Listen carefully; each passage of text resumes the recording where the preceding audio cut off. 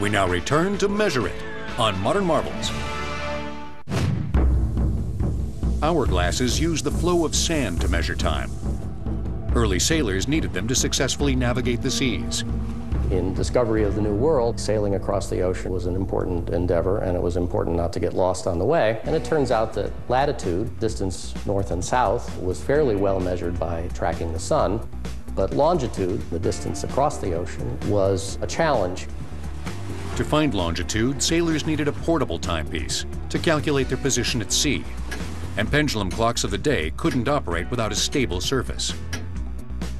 In 1761, Yorkshire carpenter John Harrison, with no scientific training, solved this problem with his marine chronometer. It had a pair of counter-oscillating weighted beams connected by springs that weren't affected by gravity or the motion of a ship. It kept time accurate to 5 seconds a day, even in stormy seas. This technology remained ship standard well into the 20th century. In the 16th century, clocks got smaller and more portable. Mechanical watches can be highly sophisticated, but they all measure time the same way. The first section is the mainspring. It's a coiled piece of steel that is pretty big when you get it all apart. That's our power source. Winding the watch puts tension on the mainspring. As the spring uncoils, it releases energy to the gear train.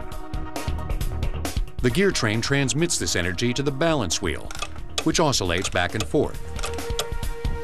The escapement keeps the balance wheel oscillating by allowing the watch's gears to advance a set amount with each swing of the balance. With each turn of the gears, the readable time is expressed with hands on the watch face. You'll pay upwards of $10,000 for a beautifully crafted mechanical watch that will measure accurate time within seconds every year. But what if you have $9,995 less? A battery-powered kid's quartz watch will do fine. It's actually 10 times more accurate than the finest mechanical watch. It's the same portions and the same components that actually do the same thing as a mechanical watch. The quartz movement will keep better time just because the technology is so much more advanced. Here, the mainspring is replaced by a battery. Instead of a balance, time is measured with the oscillations of an electrified piece of synthetic quartz. The pulse from the quartz is regulated by a circuit board, which changes the digital readout on the face. So there are lots of ways to measure time. Take your mark. Up. But what if you need to stop it? Colorado Time Systems in Loveland, Colorado makes hyper-accurate timing systems and touchpads used for competitive swimming events. The system typically measures a swimmer's time within 1/100th of a second. That's the interval by which Michael Phelps barely took gold in the 100-meter butterfly at the 2008 Beijing Olympics. The touchpad only responds to the stroke of the swimmer's fingertips. Waves in the pool don't affect its measurements.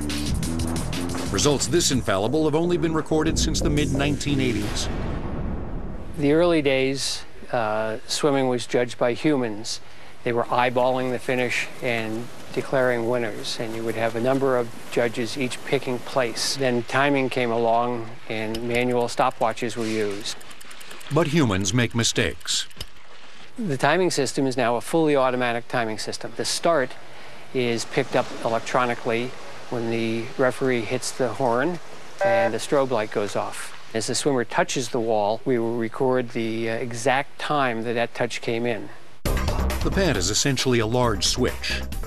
When a swimmer touches it, the switch closes and sends a signal to the timing system. This collects the signals from the touchpads. It passes the data to our specialized timing board. On the timing board is the single crystal that is the very accurate part of the timing. It's accurate to 5 parts per million. And underneath the timing board is a standard single board computer. The timing system is wired directly into the scoreboard. Currently, all of the rule books in the world specify that we should time to 1/100th of a second accuracy. But we have the ability to time to 1,000th of a second. This is used sometimes, particularly when people want to make sure ties are broken.